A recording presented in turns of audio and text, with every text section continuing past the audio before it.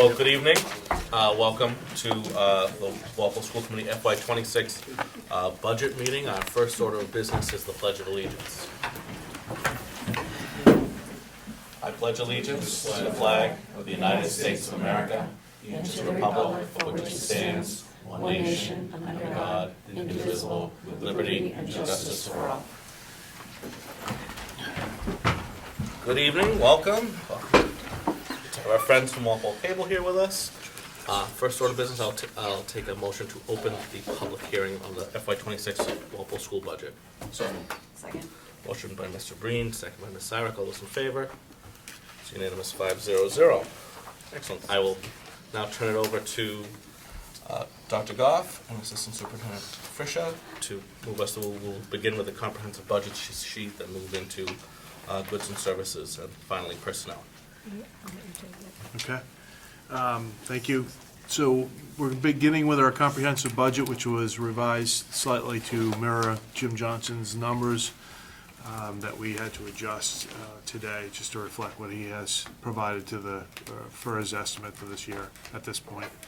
So our current FY26 personnel budget number is $49,381,391, which represents a difference of $2,203,499. Or 3.9% of that line, of the total budget, or 4.7% of that line. That includes allocations for collective bargaining. There are no additional positions projected in our budget this year, so it does not include any additional personnel. Our adjusted personnel number is the same then as what is above, $49,381,391. Our goods and service number has gone up, so our request for FY26 is $9,887,454, which represents an increase of $1,019,897, or 11.5% increase. That includes a 19.5% increase for special education. That's the most significant portion of the increase of goods and services for tuitions within that budget. So our total school request is $59,268,845, which represents an increase of $3,223,396, which is 5.75% of an increase over the FY25 budget. The town administrator currently sits at $57,955,945, which represents $1,312,900 increase, which is a 3.41% increase as opposed to 3.5 that we had originally. This is a gap of $1.3 million, or 2.3% of the budget overall. Any questions on the local appropriation budget? Questions? Does it need to? Do we have an explanation about why the town administrator's recommendation went from 3.5 to 3.4? I think we were working on an estimate that we were going back and forth, Bridget and I, with Jim, and I think there was just some confusion that came up. I don't think it was intentional, but it was below the 3.5. It was obviously 3.41. So we double-checked with Jim periodically, and when we talked to him today, we realized that there was a discrepancy between the two. I wouldn't assign blame on either side. It's the way that it was clarified today. Further questions? Want to keep going? Okay. So I'm into the section on reimbursements now on the comprehensive budget. So the first one is our circuit breaker. We are anticipating a significant increase in circuit breaker reimbursement for next year. We're going from $1,906,528 to, or about $2 million, to about $3.1 million, which is an increase of $1,192,568, which sounds optimistic.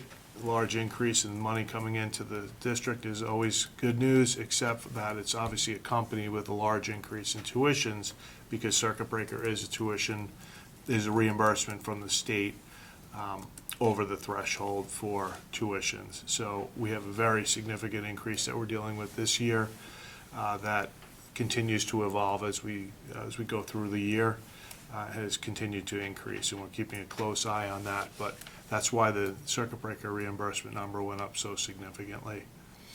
Our circuit breaker carryover number is $1,830,354, which is what we have carried over from last year. It does include reserve relief, which was a portion of the money we were supposed to receive this year anyway in our current circuit breaker. They gave us an advance on that as a strategy to help us finish out in the positive with our budget. So that was anticipated. So the $1,830,000 does include a little over $200,000 of this year's funding we were expecting anyway. Medicaid reimbursement is, we're anticipating a larger amount of $122,414, so we're expecting $476,841. That again is a result of increased medical services provided to students in our district that are reimbursable at this point from the federal government through the Medicaid reimbursement program. And then finally, McKinney-Vento, we are anticipating a $41,133 reimbursement coming in next year, and that represents an increase of $21,990, and that is for reimbursement for transportation of homeless students, and that is a federal program, federal reimbursement as well. So the total increase for reimbursements this year, a total estimated, is $4,417,070, and that represents an increase of $306,618. Any questions on reimbursement?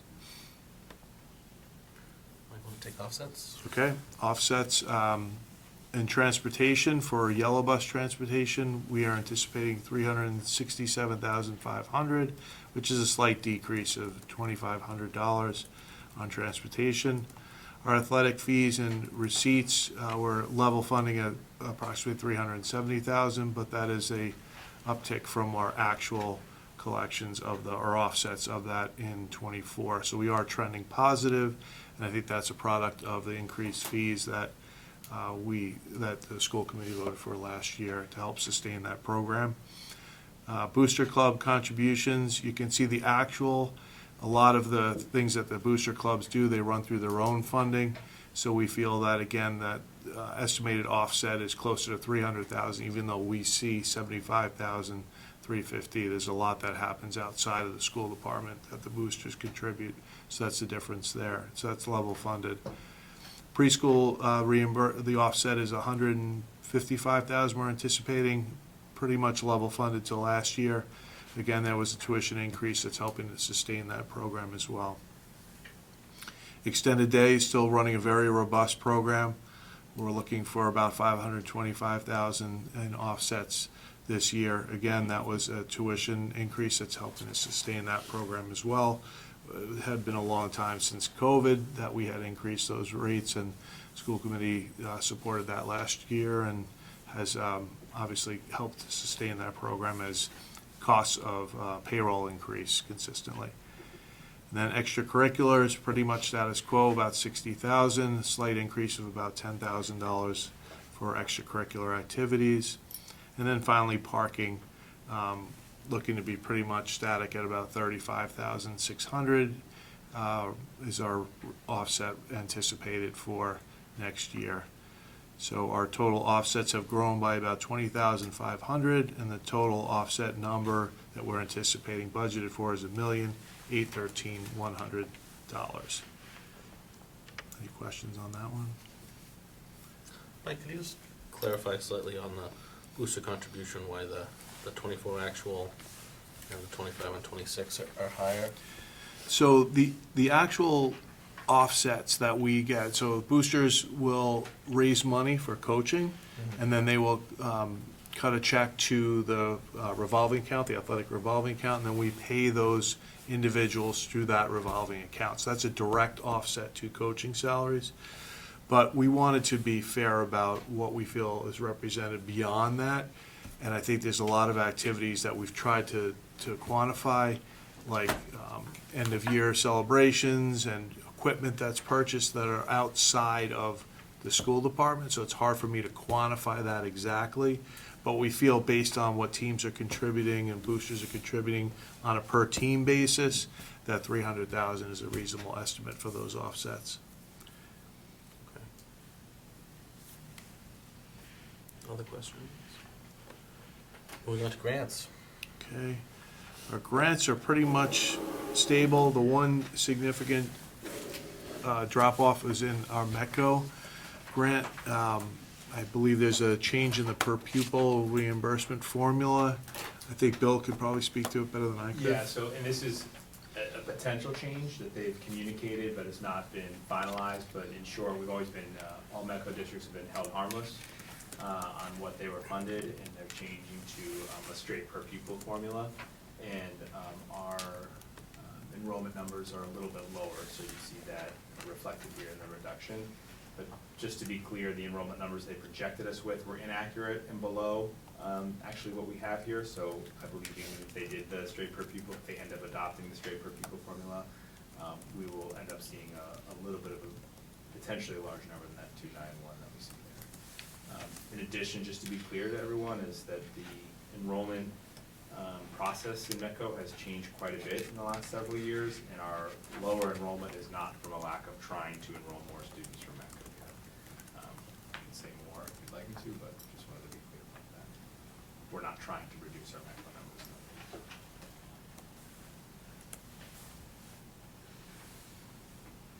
Other questions? So I'll let Mike know, or the school committee know, if this is finalized. We literally had an email, Bridget and I were at a meeting last week, and had an email shortly after the meeting reminding us that this was not confirmed and not finalized, and that they're still taking feedback to make a final decision about if they decide to make the switch to the formula. Okay. Mrs. Galvin? That's often something that doesn't come out till the state budget comes out, is that right? That's correct. So, yeah, we won't know for a bit.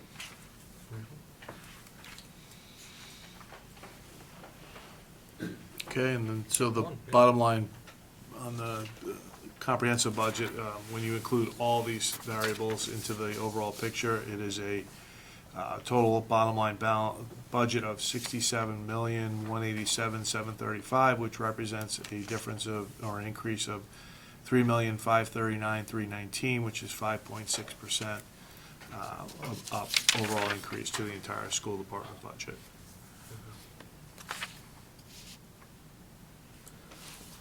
Questions or comments?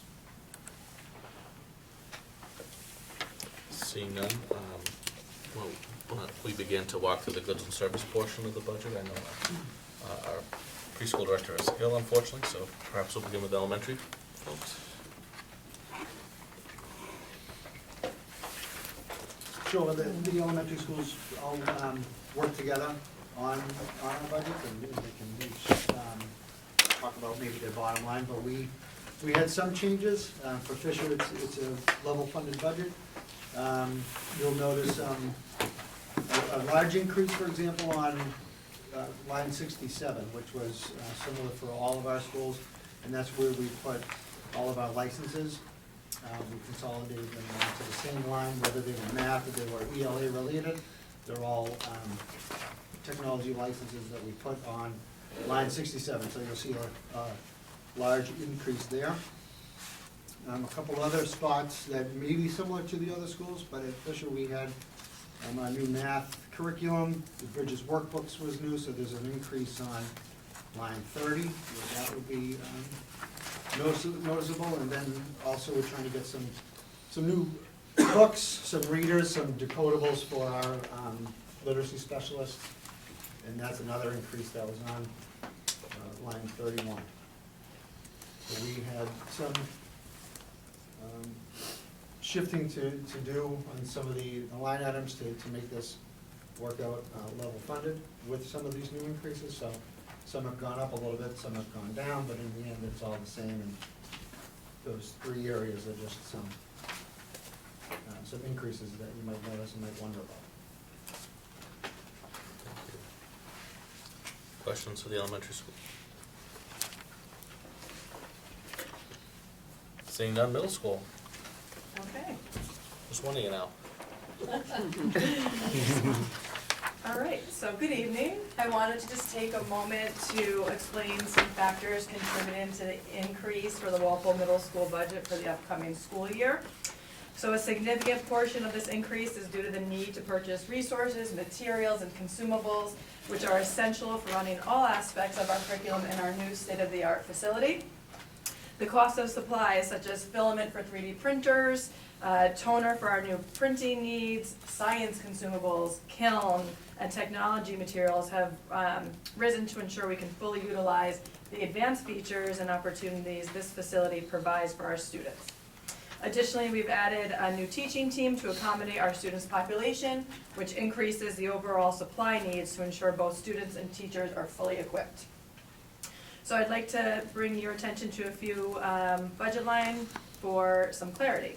So budget line 29, equipment leases.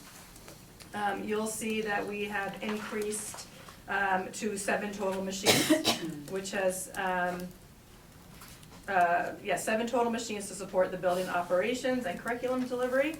Line 53, this is the most notable increase. Initially, when combining the Byrd and Johnson budgets, we anticipated that there could possibly be a $10,000 reduction in supply needs. However, now that we've been in the building and fully assessed our actual needs, we have determined that not only do we require the $10,000 back, but essentially $7,000 more in this line item to address our actual needs for overall general supplies for teachers and students. This includes not only essential supplies, but toner for our Toshiba and Epson machines. So if you look at line item 66, this is where we have all of our tech software here. We took a look at all of our usage data and made some adjustments, so we were able to decrease by $1,000.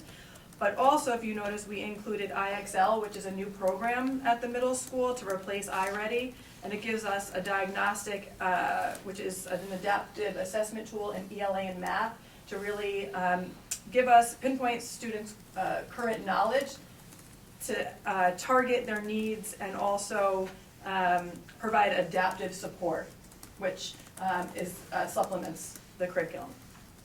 But it really tailors their instruction accordingly to where they are, and it acts in a real-time snapshot. So that program, IXL, the diagnostic, and the adaptive portion of the tool is $14,000, which is new, but we were still able to keep this line 66 down by $1,000 by really taking a look at what our usage looks like and removing iReady from this as well, because IXL replaces iReady. Line item 80, we no longer have. Principal, it's up by 1,000 in our books, yeah. 66? 66. You're going from 40 to 41, 497.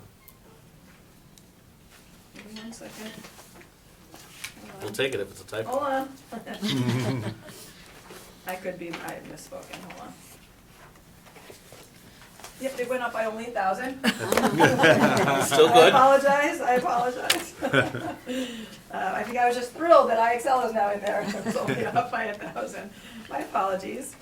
And then line item 80, we no longer have a Toshiba machine in the main office, so that goes down to 0. So overall, we have worked diligently to reduce our costs where possible, but the unique needs of the new building combined with the necessary curriculum resources have resulted in an increase of approximately $25,700 at the middle school level. And we really took a deep dive, and these adjustments are critical to ensuring our students and staff have the tools necessary to succeed in this new and innovative learning space. Very good. Questions or comments for the middle school? Mr. Aitzio. Ms. Ruggiero, can you just clarify, you talked about adding a teaching team, and I know that you didn't mean that we added additional staff. I'm worried that if anybody's watching that they're gonna walk away thinking that we added 4 new teachers to the middle school staff, which is not what happened, but can you talk about how the existence of another full team changes the cost of supplies, et cetera? Just clarify that a little bit for anybody who's wondering.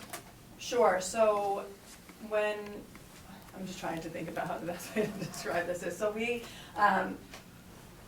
have a total of 3 teams for each grade level. And so just the shift in our teachers to form, the middle school is the only school in the district that has that teaming model, and just the way we move staff accordingly to form teams just increased our supplies overall in resources. So it was just a reallocation of staff to form the teams in the role. And some staff, if you remember, last year we consolidated. Right, I'm I aware, know but you are, I right. just wanna make sure nobody's under a false impression that we Correct, that we hired are, right. more staff, but also I think it's not necessarily clear to folks how that would result in increased goods and services costs. Very good. Mrs. Gallagher. I'm just wondering about this, and this is, you probably can't answer on the fly, Carrie, but there's a lot of money left over in the middle school project itself.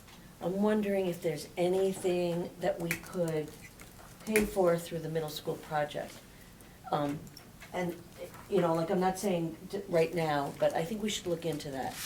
I was trying to look at, like, releasing, copy machines. Does it make sense to buy two, for example? And I don't know, I'm just bringing it up as a, you know, if we have a budget gap. Sure. On the other hand, there is money related to the project that maybe we should take a look at, seeing, you know, if there's equipment. It would, you know, it's obviously, it can't be just anything, but if there's equipment, we should look into it, I think. Good idea. Anything further for the middle school? Seeing none, high school. Hello, everybody. The high school operating budget is level funded. There are a couple of lines that either have gone up or down significantly that I can just point out to you. Starting with line 10, you'll see a big decrease there. That is because last year I was able to buy this statistics textbooks for AP, CP classes. So that was a one-off expenditure last year that is now gone. Moving down through to line 19, you'll notice that there's an increase in business textbooks, and that is because I am funding the new entrepreneurship textbooks for this upcoming school year. Down at line 32, you'll see math instructional equipment. That is just, we're in need of more calculators. And the LA instructional equipment in line 33, there is a decrease because last year we funded a new course called media literacy. So we had to buy some textbooks and equipment for that course, which now has reduced that line. The only other major increase is line 74 for guidance testing, and that is because I have picked up in my operating budget the cost of funding PSATs for the 10th and 11th grade students that we do every October. That was an item that came out of central office, and I took that over. The last couple of lines, the equipment repair, new equipment and replacement of equipment tend to shift a little bit every year because all of my departments share those lines. So it goes up and down depending on what each of the departments are looking for. Replacement of equipment, for example, there's a number of departments who are now in need of new projectors. They've run their course in a number of departments. And I'm also funding some new instruments for the music department as they head into a new space shortly in the new building. Questions, comments for the high school? Mrs. Gallagher. I kind of have the opposite concern about the high school. I feel like I'm concerned that we don't have enough equipment in the project. So, I think you need to just keep us apprised as far as if what we're doing in terms of improving the facility, are we keeping up with the equipment? But it's not a today problem. Right, and I have that in mind. I know where the needs are with the new project and everything, and been working with as many people as possible to make sure we can either reuse equipment or we do get the funding to buy what we need. Very good. Okay. Any questions or comments? I have a couple of comments on the preschool though. Yeah, Dr. Goff, would you like to take the preschool Yeah, for us? just a couple of highlights for the preschool to bring your attention to. That Julie increased that. The reason number 9, the math textbooks, they aren't actually textbooks at the preschool. The $2,400 is for the Bridges math curriculum. She's doing pilot kits for that program, which is good because then it has some consistency going to the elementary school. And then her increase in MSN textbooks, just materials that highlights for the VIP program for our students with significant needs. All right, questions on the preschool?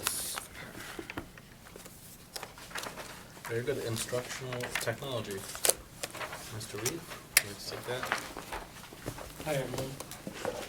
My budget request for next year is at about $600,000, $606,108, which represents an increase of about 7%.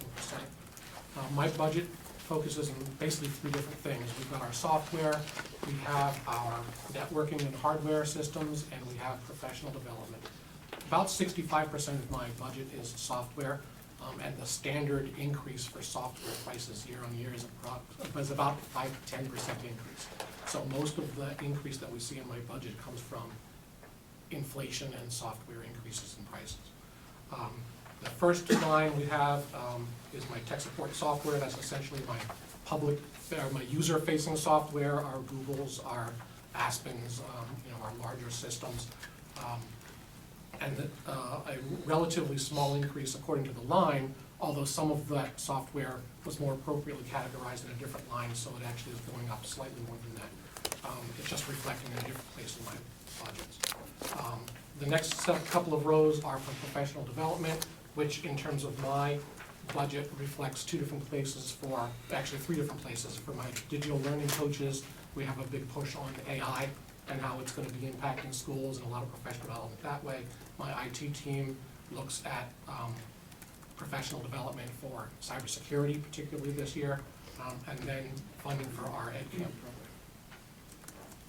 program. The largest increase by the numbers on here, and the most volatile part of my budget, is the networking and telecommunications section, and that's because of the needed to replace end-of-life networking equipment and licenses. Because those items were purchased building by building, that means as different years roll around and we need to replace different equipment or renew different licenses, the numbers go up and down because there are more or fewer devices in the different buildings.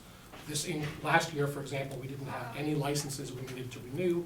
This coming year, the high school licenses are up for renewal, and that's why there's an increase in that this year. That number tends to vary up and down through the years. And then my replacements tech section is mostly about trying to keep our replenishment in place.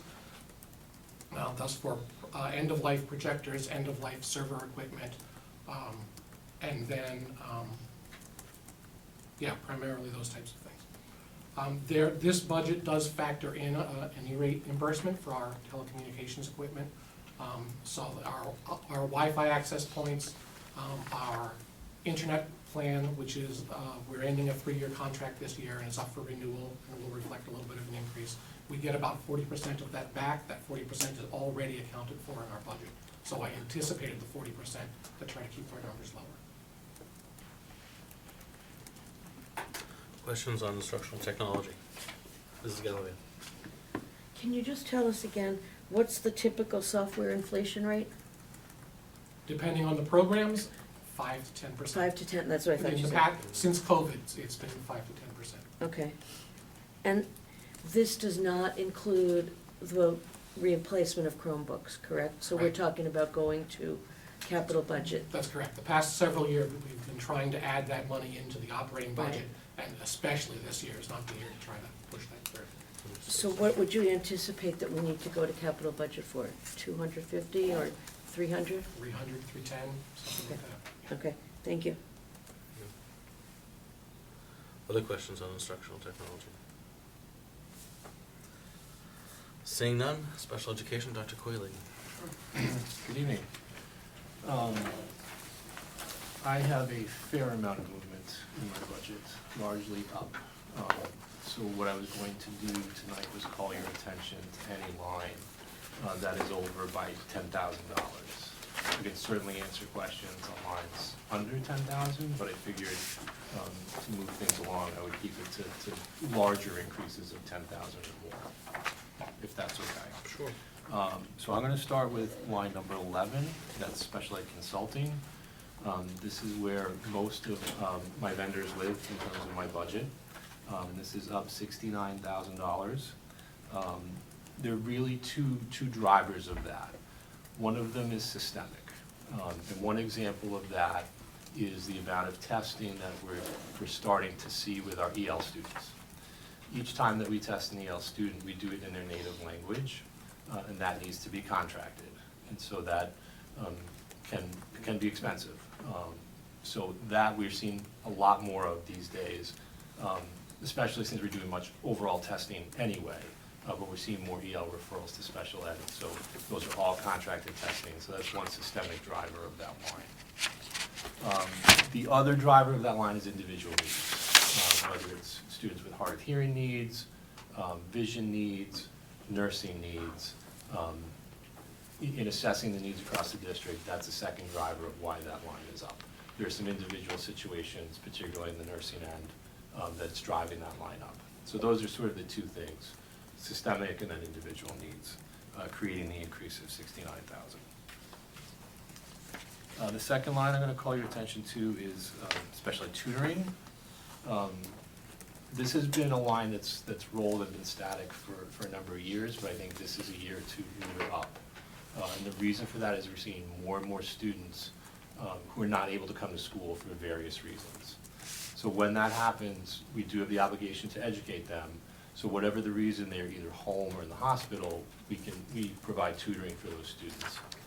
Since we're seeing more and more of that trend, particularly this year, my thought was going into next year to increase this service line to make sure that we at least have the chance to fund it appropriately for next year, assuming that trend is going to continue. The next one I'm going to talk about, and that number is 20,000. The next one is line 24, testing materials. Again, a couple of reasons for this. One large one is a new instrument that is going to be pushed out by Pearson. That's a fundamental instrument to most of the testing that we do. It's a cognitive instrument. Every number of years, Pearson refreshes their instruments. There's a big one coming this year. So we will need that, particularly at the middle and high school levels. Pearson, who is our largest vendor for testing materials, has an overall price adjustment that they've notified districts of. Excuse me. So that is factored into this number also. Again, also, as I mentioned, we're doing more and more testing as it is. So going through protocols, we're doing that quicker than we have in past years. So overall, that's a $13,000 increase.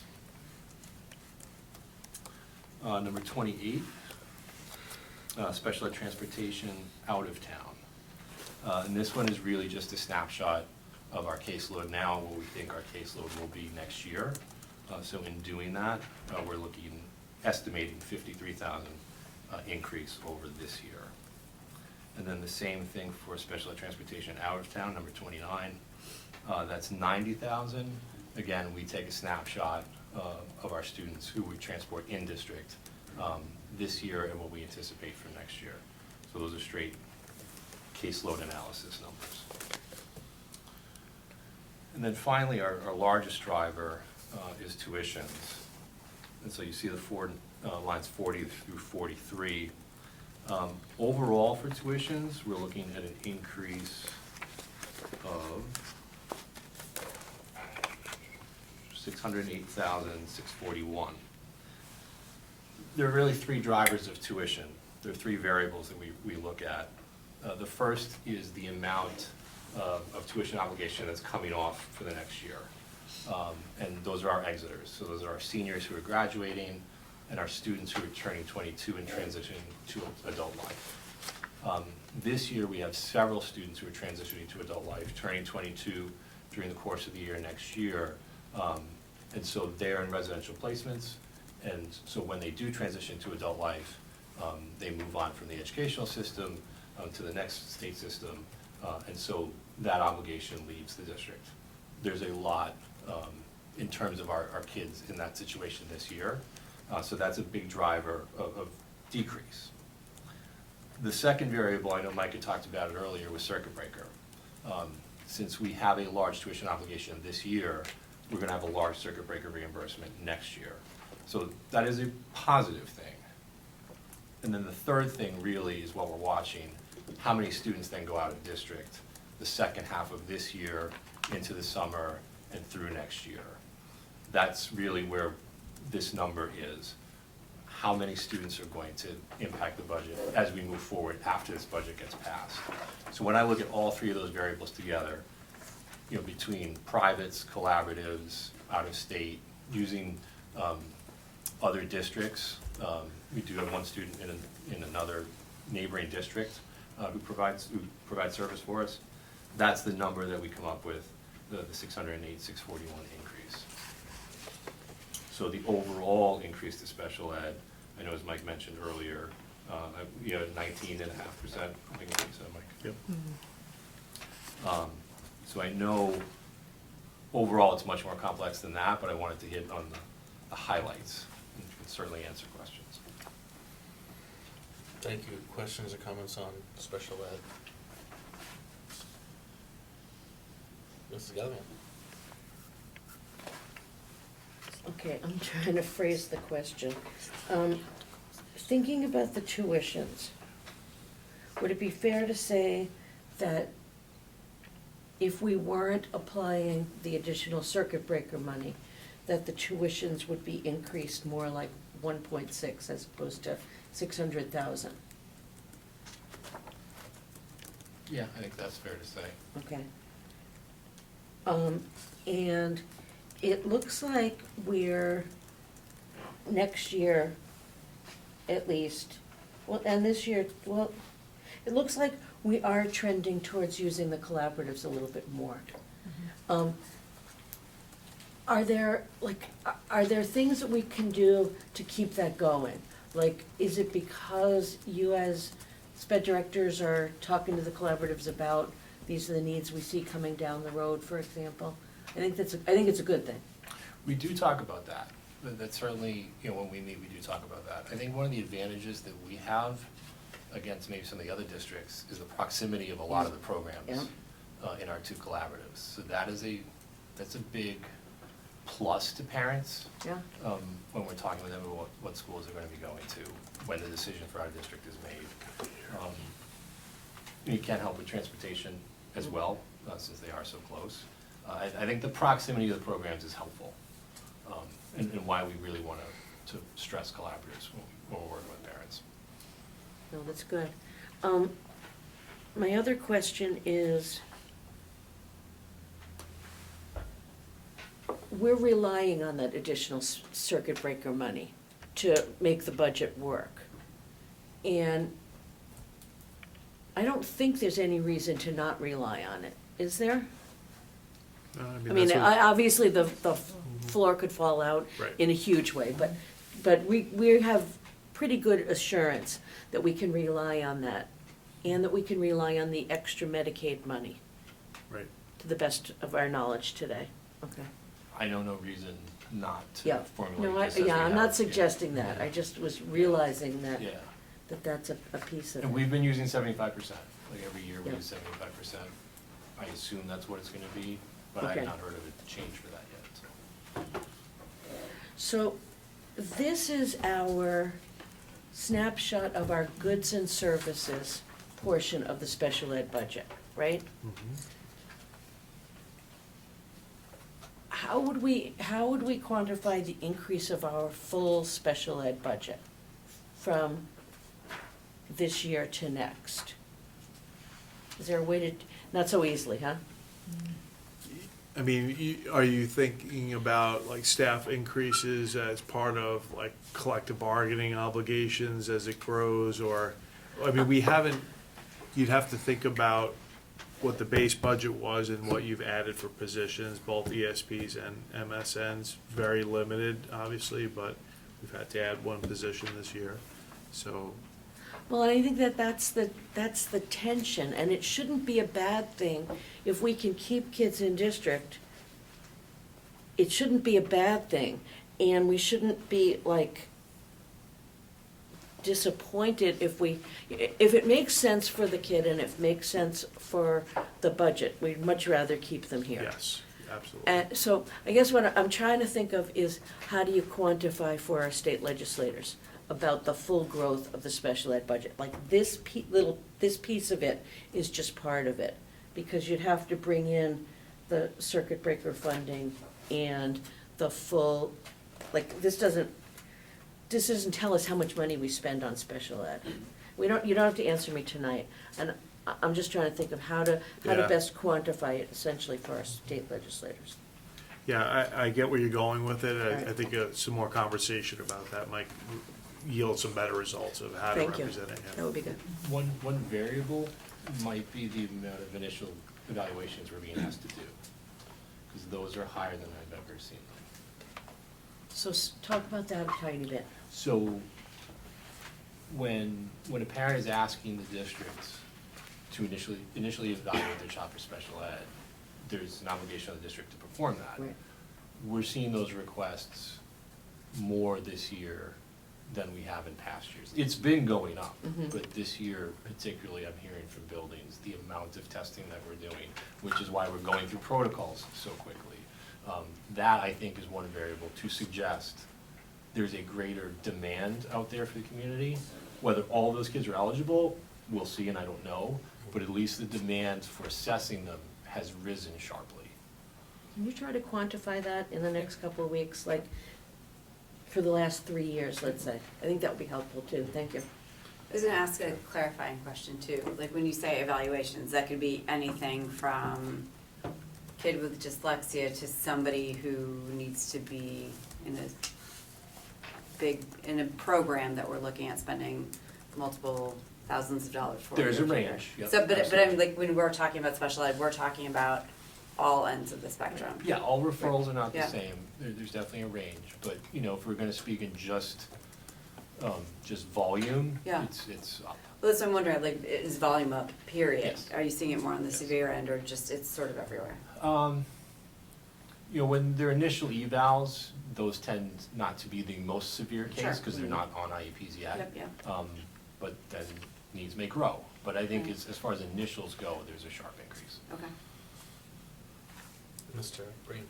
Thinking a couple of years down the road, are we imagining with the expansion of the high school, there's gonna be any space to expand any programs in the school, like social, emotional, kids that might go out of district, be able to keep them in?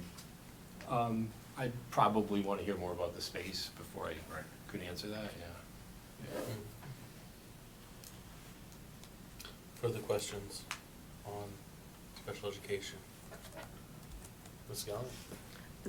It's special ed and central, but I was looking at the legal budget for special ed, but also for regular ed. And it looks like a decent size increase. But I guess what I'm wondering is if the FY24 expenditure wasn't enough last year. Like, in other words, is the increase as big as it looks, I guess is my question, but it's legal services in general. Are you referring to under the special ed budget or the central? I'm budget? looking at the special ed budget, but I also noticed it in the central. So in the actual in '24 was 18,300. Right. And now we're at 40,000. So I'm just wondering, there anything we can do to control the legal budgets? I mean, John, you, The answer's no, and I get it. I think the legal budget, what it does is hardest to predict. Because if one case goes to hearing and we need that service, that one hearing is gonna be a large part of that budget. Okay. I think what I've done over the last, I think all the years that I've been here, I've kept it static at 40,000. There are years we don't use very much of it at all, and there are years that we creep close to it. Okay.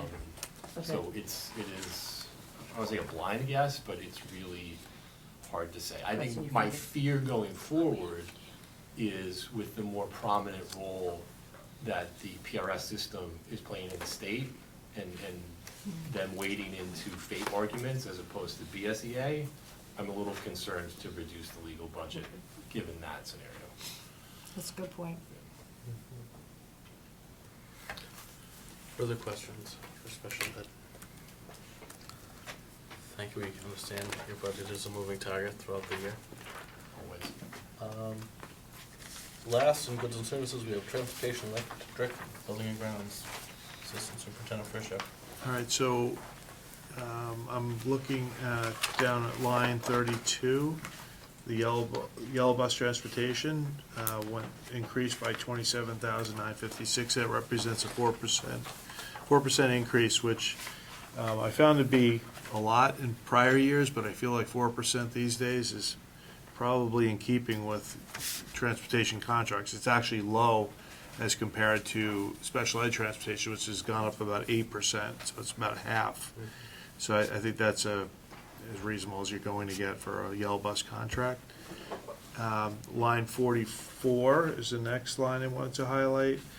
We went up by 15,000 for new equipment, and that represents equipment for technology, things that fall maybe outside of Tom's budget or supplementing Tom's budget. We Mike, sometimes, which tab are you on? sorry, I'm on the central. Central, okay. Keep going, I'm You sorry. know, okay. So sometimes, costs that are outside of Tom's budget, sometimes they'll help out with, and I use this line to supplement that, as well as custodial equipment. There's nowhere in the budget that we have an allocation for custodial equipment. So sometimes we'll use our building rental account, but I'm trying to be more responsible about having that in the operating budget rather than counting on revolving accounts. So that was line 44. Going over to lines 76 and 77. I'm seeing, increases on insurance, just in general.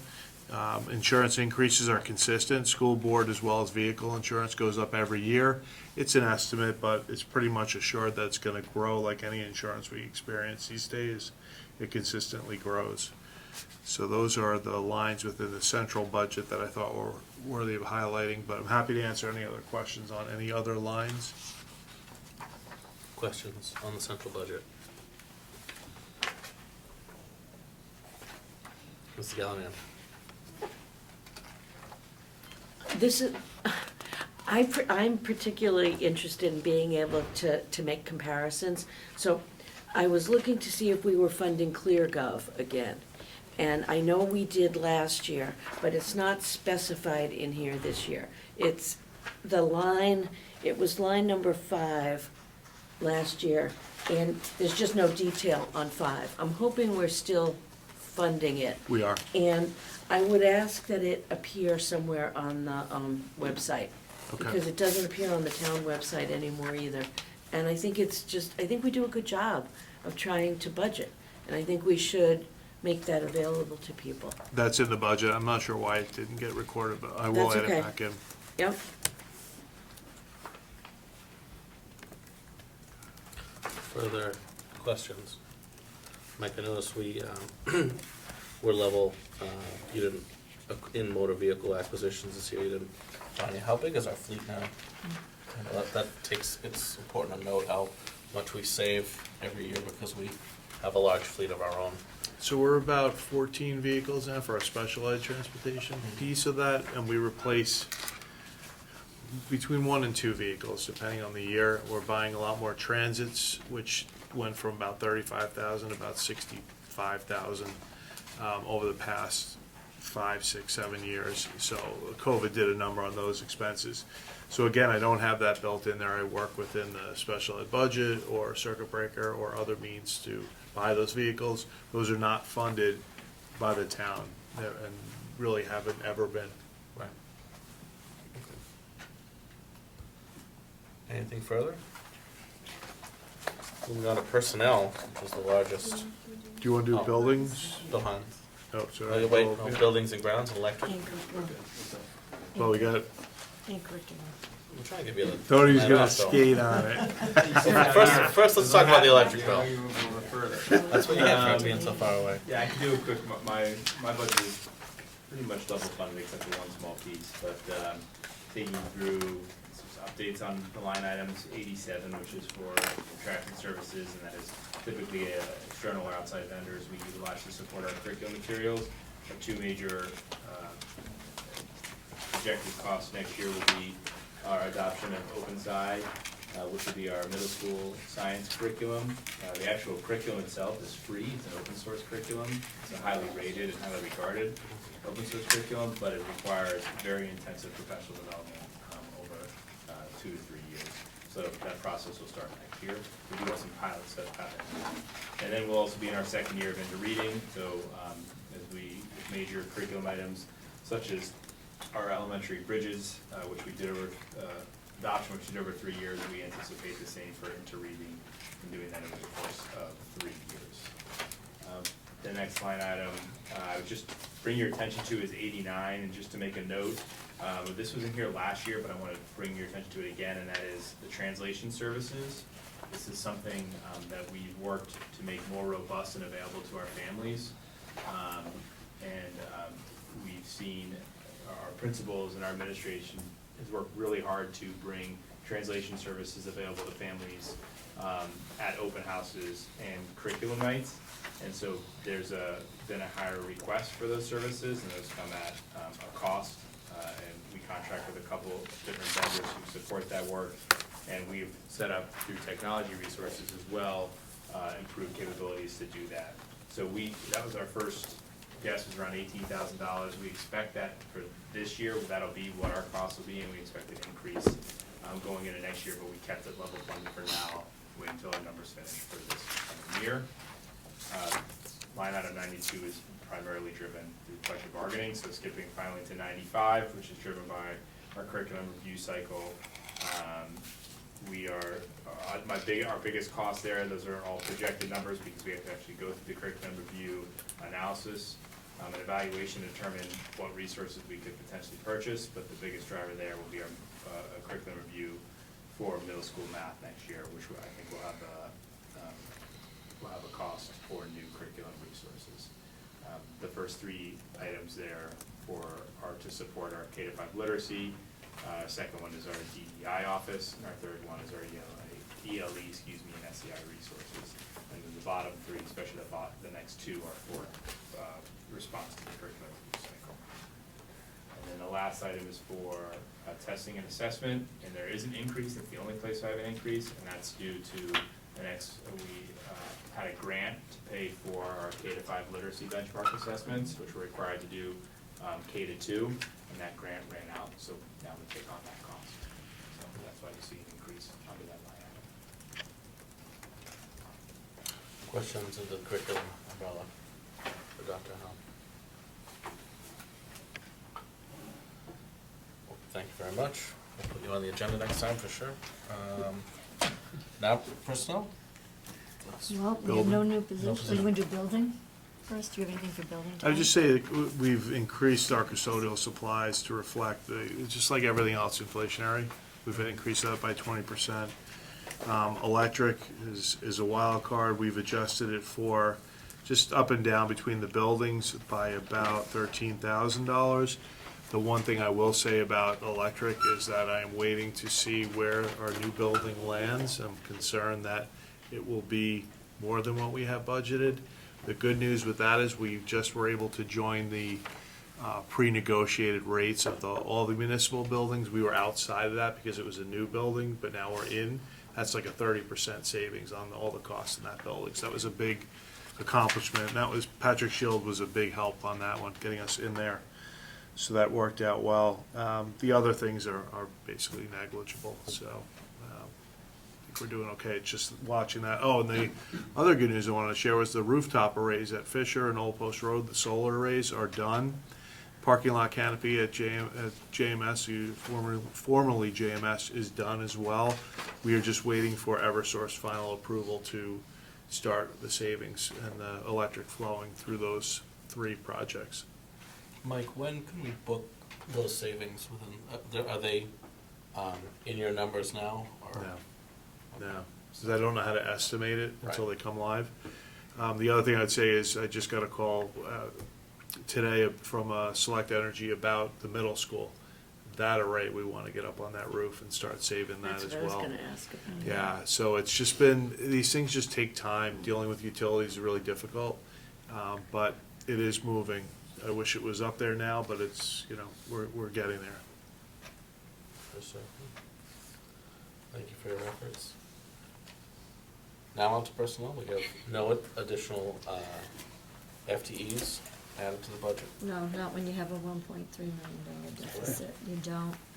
So it's really taking a look if, there are any positions will have to be done through consolidation. So, for example, if you're looking at, I'm just using an example for elementary, if you have certain numbers of certain class sizes that go up that are higher than others, then the elementary principals work together as a team to shift those positions. They're not just building base, but they really do a nice job of working together, of how they're able to get the job done. But we know that, personnel is such a big factor, and, when you're looking at a budget deficit and the different options, we talk about, and we've talked about this, we've talked about one-time money, we've talked about circuit breaker, but we have a gap this year that we're trying to close in using some of that circuit breaker funds. And, the other piece is unfortunately, having to look at staffing. It's not an easy job to do, but it's an exercise that we have to take a look at, and look at what all our options are when you have this gap. And unfortunately, we state aid, and that comes in late.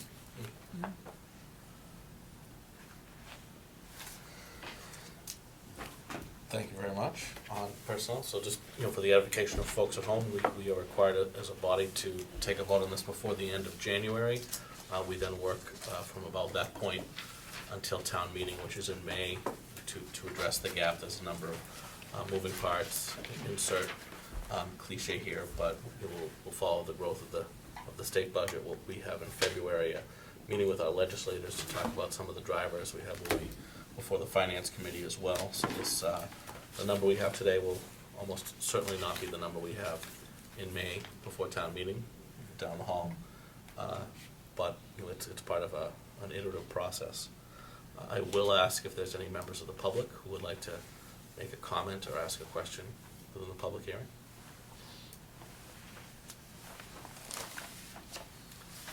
Seeing none, I will entertain a motion to close the public hearing. So, Second. Mrs. Galloway? I just wanted to mention the note that we got from the Langley family today.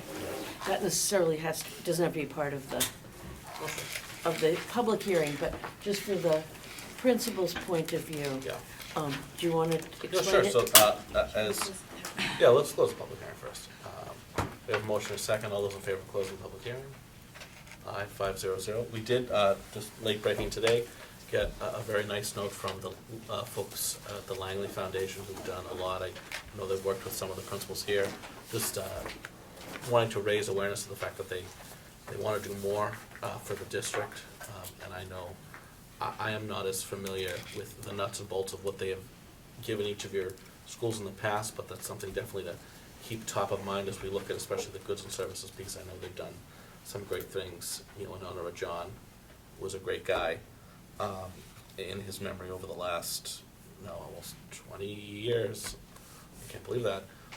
But just wanted to kind of flag that they sort of raised their hand and said, hey, we want to keep doing good stuff, especially in the Walpole Public Schools where they have such a great connection. John was a Walpole high grad in the class of 01, I want to say, I believe. But yeah, we just wanna flag that as we go, and part of this wider conversation about finding different ways to address our budget gap, perhaps some of the smaller things you're looking at in your budget can be taken up that way. Can I just add like Oh, a couple please. of the Yeah, yeah. examples Oh, that they please gave do. us? Like they were saying that they are trying to do a lot to just help needy kids and families. They said they've worked a bit with schools outside of Walpole, and in other communities, they've funded things like a pottery kiln, a guidance sensory space, esteemed building speakers, an outdoor seating area for students and teachers to work together. So, I mean, it's just a group of Walpole people that are interested in being helpful, so. Just thought, especially if we have to talk about not being able to do some things, Yeah. it's good to throw this in there. Very good. We'll next discuss the budget on Thursday, two nights from this evening, where we will vote, our budget at the number with the gap that it has in conformity to the town charter. And we'll go from there, so we'll be discussing this through February, March, and into April as well. So, as Mrs. Gallivan always says, stay tuned. Any final thoughts? Motion to adjourn. Motion by Mr. Breen, Second. second by Ms. Sarek. All those in favor? Opposed, abstained, 500. Thank you very much. See you in a few days.